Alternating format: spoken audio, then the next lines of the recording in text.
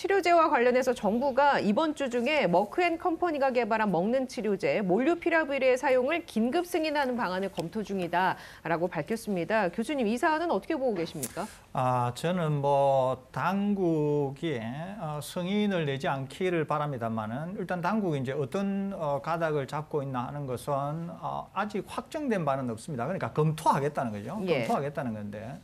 우리 방송에서 이제 몰누피라비르가 가지고 있는 안전성과 관련한 우려가 어떤 건가 하는 것을 아주 심층적으로 오랫동안 다루었습니다. 첫째 하나는 미 FDA가 긴급 승인을 낼 때도 단지 한 명 차이로 한 명이 찬성을 하면서 한 명이 찬성을 더 하면서 긴급 승인이 났습니다. 그러는데 계속 이제 학계나 전문가들이 이 몰누피라비르가 암 기형과 같은 그런 어떤 부작용 우려가 있다고 하는 것을 지속적으로 이제 제기한 바가 있습니다. 이것이 이제 미 FDA의 긴급 사용 승인 결정이 될 때도 상당한 영향을 미친 거죠. 거기에 외부 전문위원들이 제가 방금 말씀드린 그런 내용들을 가지고 이제 집요하게 문제를 삼았습니다. 그러면서 결국 위원 중에 한 명이 더 찬성하면서 긴급 승인이 났는데 긴급 승인이 날 때 꼬리표가 붙어 있었다는 거죠. 첫째 하나는 임신부는 복용하지 말 것. 두 번째는 임신 가능 연령대는 복용하지 않기를 추천한다. 또 더 어린 연령대에도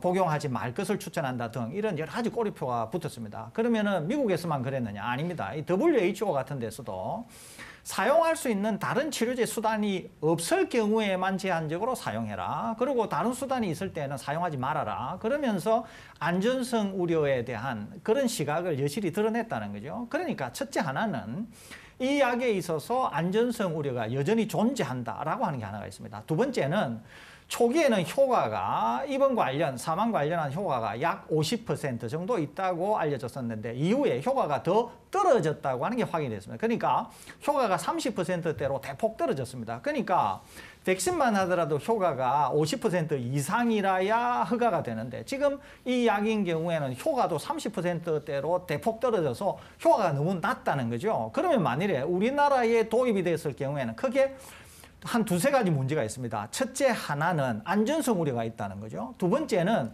서로 다른 효과에 대한 문제가 있습니다. 그러니까 어떤 국민은 화이자의 팍스로비드보다 안전한 약을 받게 되는데 예. 어떤 분은 몰누피라비르, 머크의 몰누피라비르를 받게 되었을 때 이 논란을 어떻게 불식시키냐라고 하는 문제가 있을 수 있는 거죠. 또 세 번째는 효과의 문제입니다. 효과의 문제. 그러니까 효과는 하나는 거의 90%고 화이자는 거의 90%고 그다음에 머크의 몰누피라비르는 30%대라는 거죠. 이게 그런 차이가 있습니다. 또 하나는 가격 차이도 상당히 있는 것으로 알려져 있습니다. 몰누피라비르 그러니까 효과는 더 낮고 안전성도 더 낮은 몰누피라비르가 한 사람 개인당 지불해야 되는 돈이 약 20만 원 정도 더 비쌉니다. 이게 그러니까 그런 문제도 있다는 거죠. 그렇기 때문에 과연 지금의 상황에서 몰누피라비르를 도입해야 되는가라고 하는 문제는 있을 수 있습니다. 그렇지만 방역 당국은 팍스로비드 도입에 대해서는 얘기하고 있지 않는데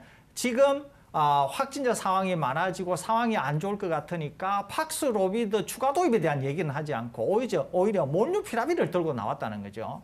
이런 거를 미루어 보면은 뭔가 팍스로비드를 더 도입하는 데 있어서 어려움이 있기 때문에 이렇게 하는 게 아닌가 하는 생각이 듭니다. 제 개인적으로는 오히려 정부가 모든 수단을 다 동원해서라도 팍스로비드를 더 구입하는 것, 더 확보하는 것이 급선무다. 그런 점에서 저는 몰누피라비르의 도입은 강력히 반대한다. 예전에도 제가 반대한다는 말씀을 여러 드렸습니다. 그렇기 때문에 방역 당국이 몰누피라비르를 도입하는 승인을 낸다. 그러면 저 같은 사람은 상당히 반대의 기조를 이어갈 거라고 하는 말씀 제가 다시 드립니다. 몰누피라비르와 팍스로비드 처방 권한은 담당 의사에게 있는 건가요? 그렇습니다. 예, 그러면 그 두 약을 좀 비교해서 설명해 주실까요? 지금 어떻게 투약 방식이 되고 이번 사망 예방 효과 저희가 CG를 준비하긴 했는데 장단점, 예를 들면 몰누피라비르 같은 경우는 병용 금지 약물이 적은 걸로 알고 있습니다.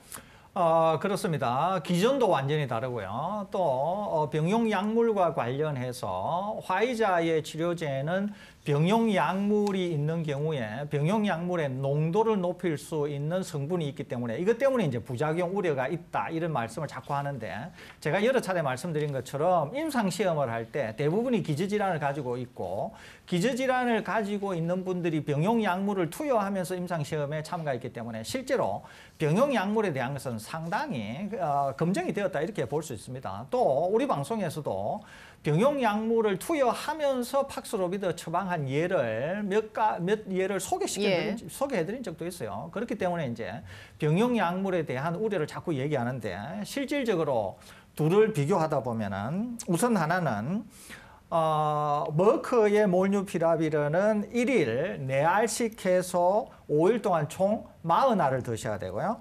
화이자의 팍스로비드 먹는 치료제는 하루에 3알씩 해서 2차례, 그래서 총 30알을 드셔야 되는 차이가 있고요.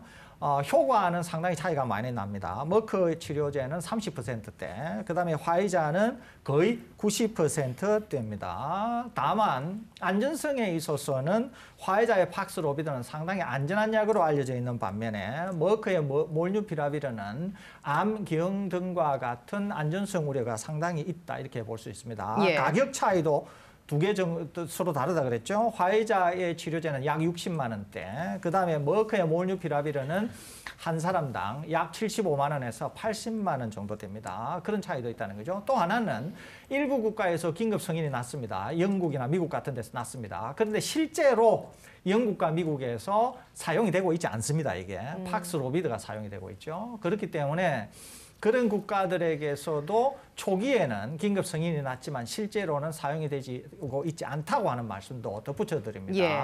오직 우리나라에서는 병용 약물 때문에 오히려 겁이 난 일부 의사들이 처방을 꺼리면서 문제가 된 것이지 병용 약물이 있다고 하더라도 처방을 해도 크게 문제가 없는데 오히려 방역 당국에서는 처방 약물에 겁을 내는 것과 관련한 이런 문제에 대해서 좀 더 초점을 맞춰야 될 것. 네. 또 하나는 재고가 다소 부족해 보이니까 더 많은 물량을 확보하는 것. 이것에 대해서 좀 더 주의를 기울여야 되지 않을까 하는 생각이 듭니다. 예, 이번 주 중에 몰뉴피라비르 긴급 승인 사용이 나오면 긴급 승인이 나오면 저희가 또 다시 다뤄드리도록 하고 지금 유튜브 댓글로 송윤봉님께서 그러니까 이버맥틴을 활용하면 되지 않나요?라고 주셨는데 코로나 치료제 구충제 이버맥틴에 효과 있다라는 속설 때문에 이 약 드시는 분들도 있는데 관련된 연구가 나왔습니다. 어떤 연구입니까? 네, 연구가 나왔습니다. 이제 너무나 그냥 이렇게 명쾌한 연구인데요. 이제 캐나다 맥마스터 대학의 연구팀이 이 코로나19 고위험군 확진자 1,358명을 대상으로 임상시험을 해본 겁니다.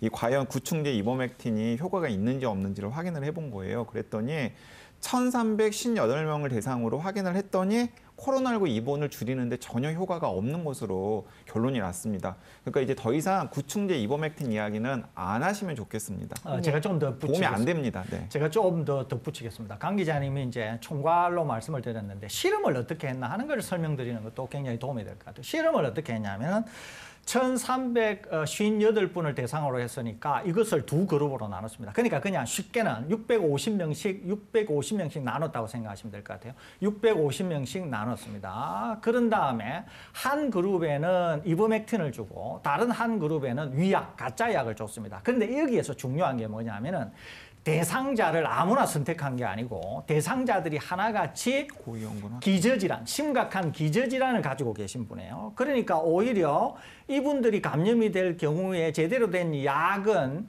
확실히 효과를 나타내겠죠. 왜냐하면 약이 효과가 없으면 위중증에 빠질 거고 약이 효과가 있으면 확실히 보호효과를 나타낼 거니까요. 그러니까 임상시험 대상자들이 하나같이 당뇨, 고혈압, 심혈관 및 폐질환 등과 같은 상당히 심각한 기저질환을 갖고 있어서 감염이 악화가 되면은 입원 중증으로 빠질 수 있는 사람을 대상으로 했다고 하는 게 중요합니다. 그런데 여기에서 또 더 중요한 것은 뭐냐면은 임상시험에 참가한 사람들이 속이고 이버맥틴을 미리 복용한 사람이 있을 수도 있잖아요. 예. 그래서 이 사람들에게 있어서 감염된 시점으로부터 48시간 전까지 이버맥틴 복용력을 다 체크를 한 거예요. 그래서 이버맥틴 복용력이 없다고 하는 사람을 대상으로 1,358명, 그러니까 거의 650명을 대상으로 한 겁니다. 굉장히 실험 디자인을 굉장히 잘했어요. 이렇게 해가지고 한쪽에는 이버맥틴, 다른 한쪽에는 가짜약을 줬는데 효과가 전혀 없는 것으로 드러났습니다. 아예 효과 자체가 없는 거죠. 그냥 물을 마신 것과 같았다. 이렇게 이해하시면 됩니다. 그런데 맥마스터 대학에서 한 거 이외에 다른 연구 논문에 따르면